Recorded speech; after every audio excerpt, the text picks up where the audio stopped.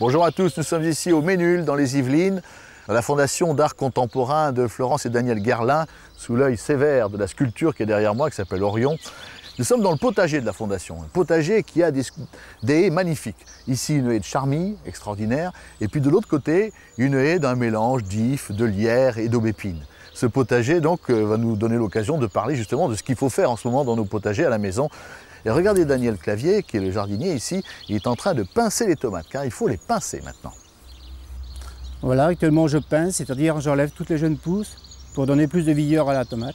Oui, vous faites ça toutes les 3 semaines environ? Environ 3 semaines, oui. Oui.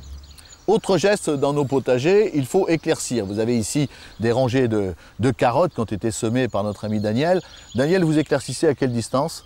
Oui, après le semis, il faut éclaircir les carottes environ de 3 cm de distance. 3 cm pour les carottes. Pour les betteraves qui sont là, quelle distance d'éclaircissage? Je laisse 6-7 cm environ. D'accord, 6-7 cm. Vous éclaircissez une fois ou deux, hein? Oui, voilà, ça dépend. Si c'est nécessaire, vous le faites deux fois. Et puis autre geste important, regardez Daniel, il est en train là de buter à la fois les haricots verts et les pommes de terre. Sur les haricots verts, on comprend, on ramasse la terre sur le pied pour en quelque sorte bien les tenir. Sur les pommes de terre, c'est pour mieux enraciner les tubercules. Là encore, il faut les buter. Voyons maintenant la protection naturelle de nos légumes. Eh bien voici un exemple parmi d'autres. Au milieu de ces carottes, qu'avez-vous mis, Daniel?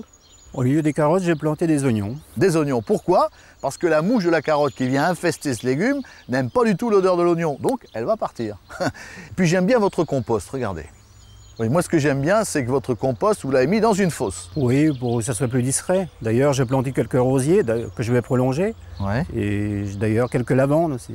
Des rosiers, de la lavande, une fosse, et votre compost devient presque joli à voir. N'exagérons rien, mais c'est presque ça. Merci Daniel. Au revoir. Au revoir Laurent. Au revoir à tous.